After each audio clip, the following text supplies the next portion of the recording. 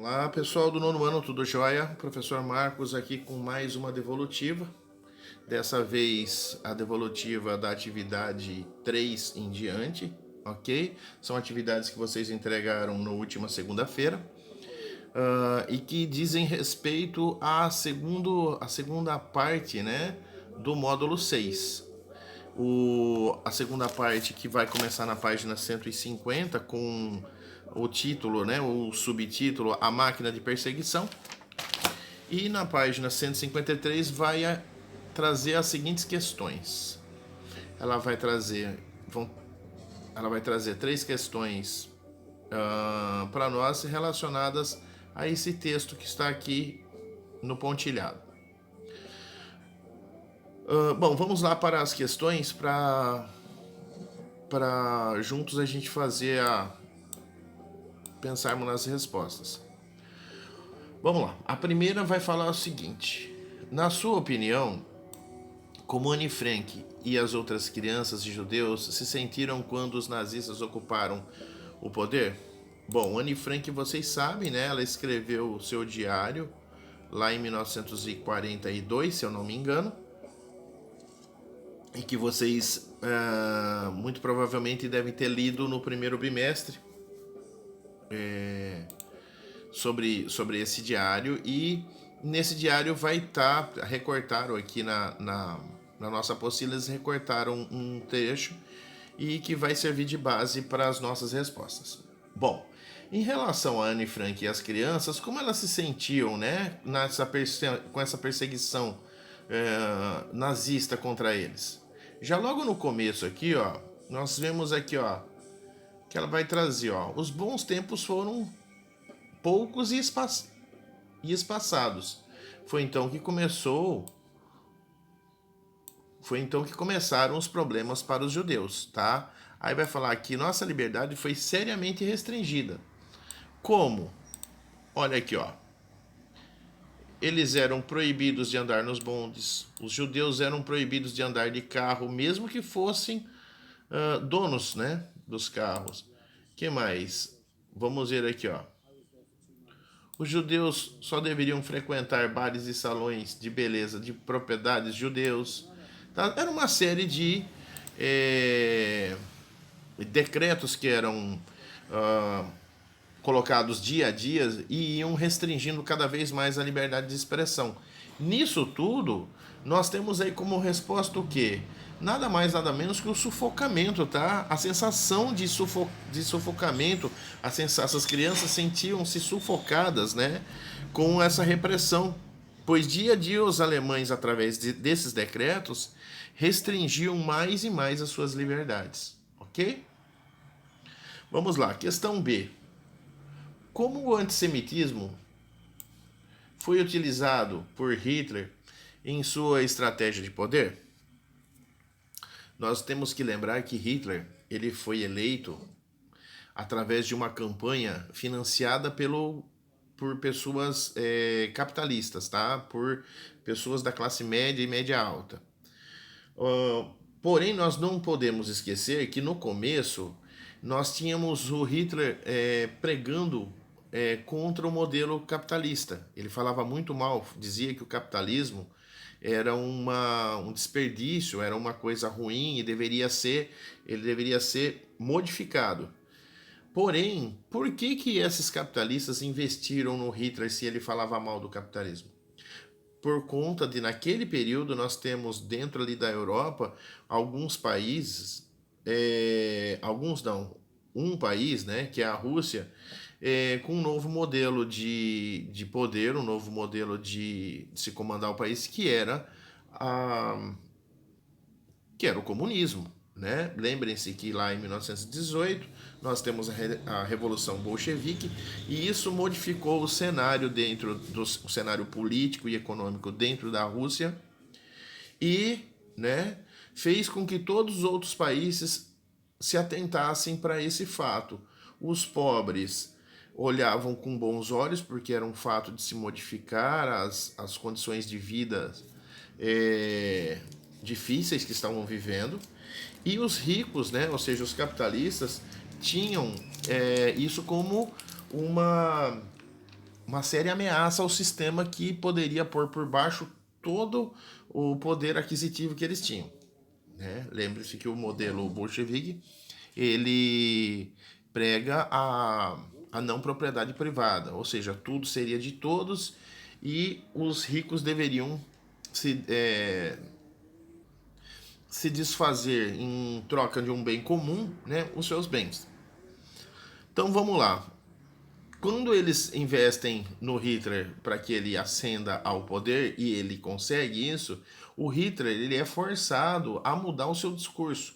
Lembre-se que ele era adepto de um modelo totalitário e o modelo totalitário sempre, em sua essência, busca sempre projetar as suas ações em cima de um inimigo. Ok? E o capitalismo não era mais possível ser visto como um inimigo, haja visto que o capitalismo foi que bancou ele no poder. Então, ele vai direcionar os seus olhos para onde? Ele vai direcionar os seus olhos, e aí vem a resposta, né? Para o povo judeu, tá? Que foi usado como sendo verdadeiros culpados pelos problemas econômicos do país. O Hitler ele transferiu o foco desse problema, deixando de falar mal dos capitalistas, né, que o apoiaram durante a sua trajetória, focando agora todo o seu discurso de ódio contra os judeus. Ok? Essa foi a resposta da questão B. Vamos lá para a questão para a questão C. Aqui fala também sobre quais foram os outros. Deixa eu focar aqui melhor para vocês. Quais foram os outros grupos que foram considerados inimigos dos nazistas? Os nazistas não perseguiram somente os judeus, pessoal. Os nazistas perseguiram também, dentre essa raça, eles perseguiram também os comunistas, os socialistas. Lembram-se que eram os grandes inimigos em comum dele com os capitalistas? Pois bem, outros a serem perseguidos nessa época foram os ciganos, os homossexuais, os deficientes físicos e também os adversários políticos. Porque no modelo totalitário não se admite pensamentos contrários ao seu líder. E esses que eram adversários políticos, como numa democracia saudável, né, se colocavam contra algumas medidas e o afrontavam politicamente, e então por conta disso eram colocadas à parte, né, ou seja, eram exterminadas, eram levadas muito provavelmente para campos de concentração e campos de extermínio onde desapareciam. Ok? Vamos lá. Prosseguindo, nós temos lá na página 155 uma série de questões referentes a... Deixa eu diminuir aqui. A essa imagem, tá?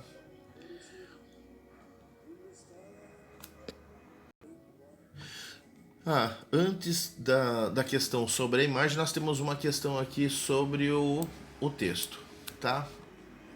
Lei afirmativa a seguir sobre o fascismo.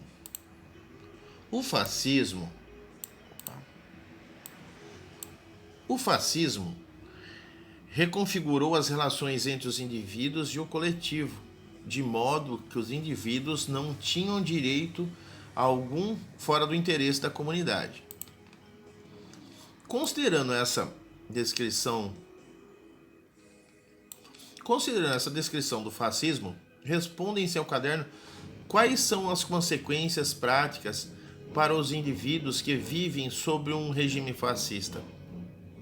Pessoal, todo regime fascista ele vai ter basicamente como consequência prática, tá? O sufocamento dos direitos individuais de cada cidadão, tá? Em segundo ponto, em detrimento dos bens coletivos,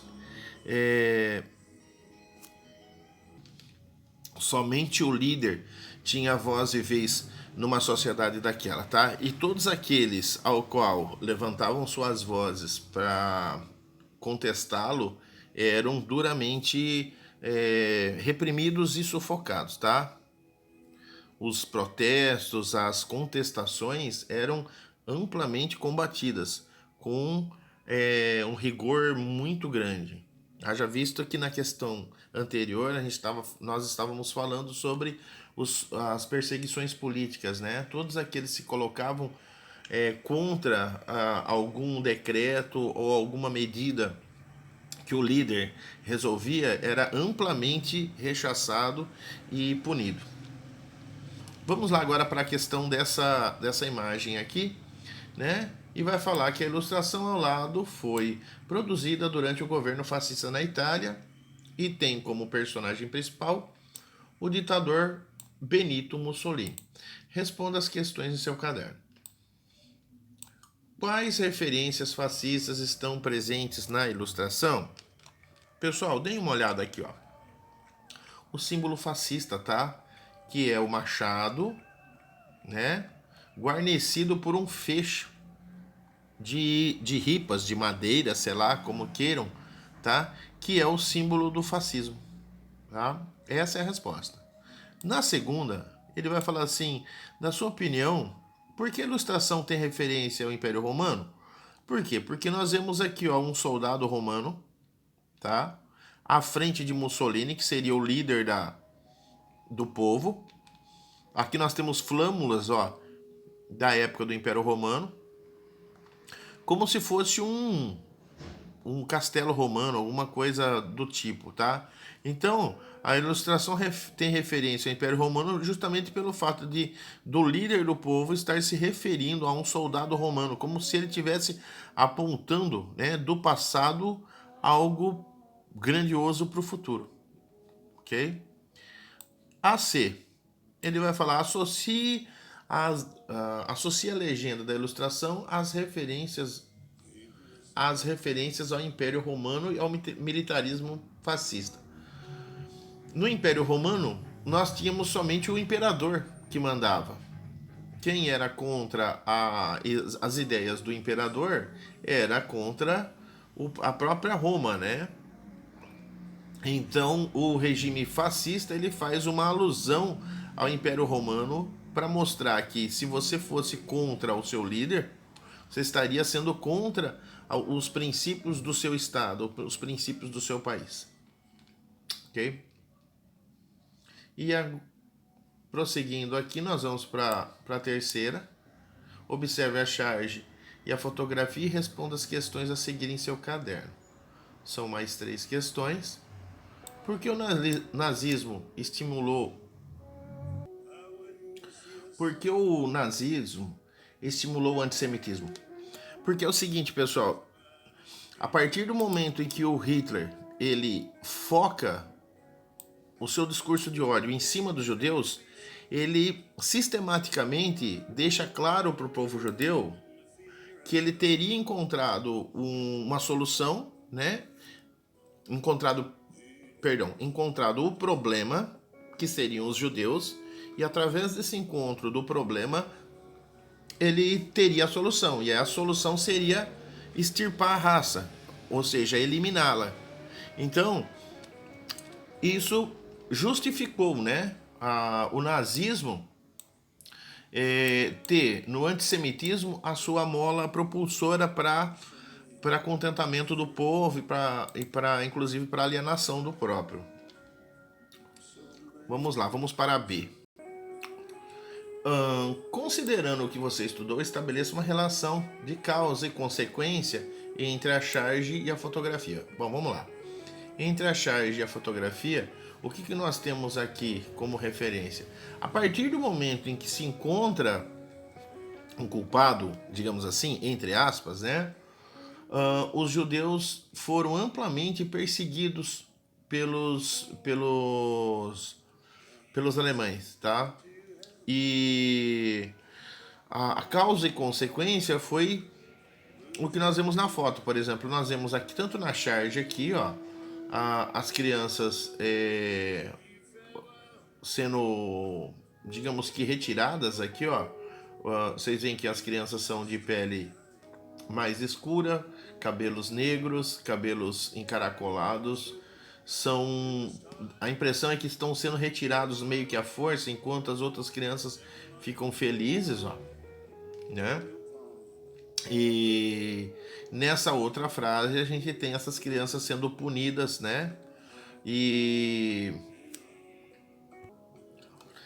tendo aqui nessa parte da lousa algo escrito como o judeu é nosso inimigo, tá? Cuidado com os judeus. Então, essas zombarias e perseguições, elas começam a partir daí, tá? E essas imagens são frutos, né? Essa foto, digamos que é fruto de uma alienação através das imagens que eram colocadas por eles. No C. As crianças da fotografia sofrem. As crianças da fotografia sofreram, se sentiram humilhadas, amedrontadas naquela situação diante de seus colegas. Pensando na convivência na escola atualmente, o que você poderia apontar? Você poderia provar sentimentos semelhantes aos vividos por aquelas crianças da fotografia? Então, é mais essa é uma resposta individual, tá? Cada um tem sua forma de pensar, sua forma de ver, tá? Mas o que a gente pode ver, né, são as diferenças, principalmente no campo social. Nós temos hoje muitas crianças, muitas famílias, na realidade, com um nível social inferior ou superior a umas às outras, e isso às vezes é notado a diferença que se dá entre as classes sociais, ok? Na 4, nós vamos ver um quadro, tá? Onde vocês deveriam preenchê-los mediante a coluna, né? Fascista da Itália e o nazismo da Alemanha. Eu vou citar somente para vocês, fico deixando de fazer comentários, porque dá para perceber a diferença um de outro somente na pontuação e na colocação dessas respostas, ok? O líder principal na Itália é o Mussolini, na Alemanha, Hitler, tá? Os fatores que levaram à sua ascensão são sentimentos de humilhação na Itália, né? O sentimento de humilhação na Primeira Guerra Mundial, por elas terem mudado de lado e não em troca de partes da região, de uma das regiões da África, e não ter sido cumprido isso com eles. Tá? Já na Alemanha, é o sentimento de humilhação pela derrota da Primeira Guerra Mundial, tá? Imposta por ela. E crise econômica. Lembra que a Alemanha estava totalmente destroçada? O principal grupo opositor. Esses são os dois, tá? Os dois têm o mesmo grupo opositor. Os dois, tanto o fascismo quanto o nazismo, eles eram inimigos, assim, ferrenhos dos comunistas. Tanto é que Hitler vem a persegui-los, né, depois. O ano e circunstância da chegada ao poder. Nós temos na Itália o Mussolini chegando antes do Hitler, tá? O Mussolini, ele chega ao poder através da marcha dos camisas negras, né? Onde o rei torna ele primeiro-ministro. Já em 32 é a ascensão do Hitler, né? Onde o partido nazista vence as eleições e o Hindenburg, ele é obrigado a nomear o Hitler como primeiro-ministro, né? O tempo decorrido entre a chegada ao poder entre os dois é Mussolini 2 anos e o Hitler 1 mês, ok? O Hitler, após um mês eles terem ganho as eleições, ele é forçado, ou melhor, na Alemanha, o Hindenburg é forçado a nomeá-lo, né, primeiro-ministro. Duas semelhanças entre o fascismo italiano e o nazismo alemão. O anticomunismo entre os dois é idêntico. O culto ao líder é o mesmo, militarismo, nacionalismo, a rejeição à democracia, tudo que caracteriza o fascismo, tá? E por último, uma diferença entre o fascismo italiano e o nazismo alemão. O racismo, né, antissemitista, foi só uma característica do nazismo. Somente os nazistas perseguiram os judeus, tá? Os fascistas não. Apesar de, durante um tempo, eles terem sofrido influência sobre a Alemanha. Porém, o regime fascista ele não vai sistematizar a procura, a busca, a perseguição dos judeus, o encaminhamento a câmaras a campos de concentração, campos de extermínio. Dando prosseguimento à nossa correção, nós temos aqui 1, 2, 3, são quatro questões. 4 questões, tá? De múltipla escolha, ok? Essas não foram exigidas por você, não foram exigidas, né? Pois se tratam da página 157, mas para deixar aqui já registrado, eu gostaria de somente apontar as respostas corretas, ok? Na questão 1, a resposta correta é essa, é a A. Na questão 2, a correta também é a questão A. Na questão 3, nós temos a resposta correta na C. E na 4, a questão correta é a A novamente, ok? Bom, finalizando aqui, não, temos mais outras, perdão. Na questão 5, a resposta correta é a D. Na questão 6, a questão correta é a C.